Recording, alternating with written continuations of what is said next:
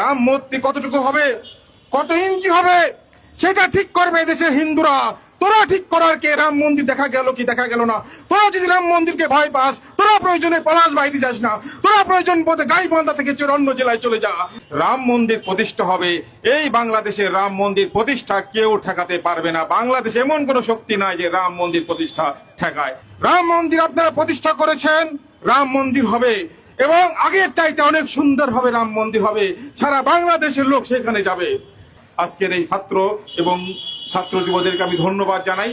অল্প সময়ের মধ্যে একটি প্রতিবাদ তারা করেছে, প্রতিবাদের সূচনা তারা আজকে করেছে এবং ঘোষণা দিয়েছে যতদিন পর্যন্ত পলাশবাড়ীতে রাম মন্দির নির্মাণ না হবে ততদিন পর্যন্ত এই ছাত্র জনতা সারা বাংলাদেশে আন্দোলন করবে। যেহেতু তারা ঘোষণা দিয়েছে, আমি এই দেশের হিন্দু ছাত্র এবং যুবদেরকে চিনি, যেহেতু তারা ঘোষণা দিয়েছে তারা এই ঘোষণার ফল না পাওয়া পর্যন্ত ঘরে ফিরবে না, এটা আমার বিশ্বাস।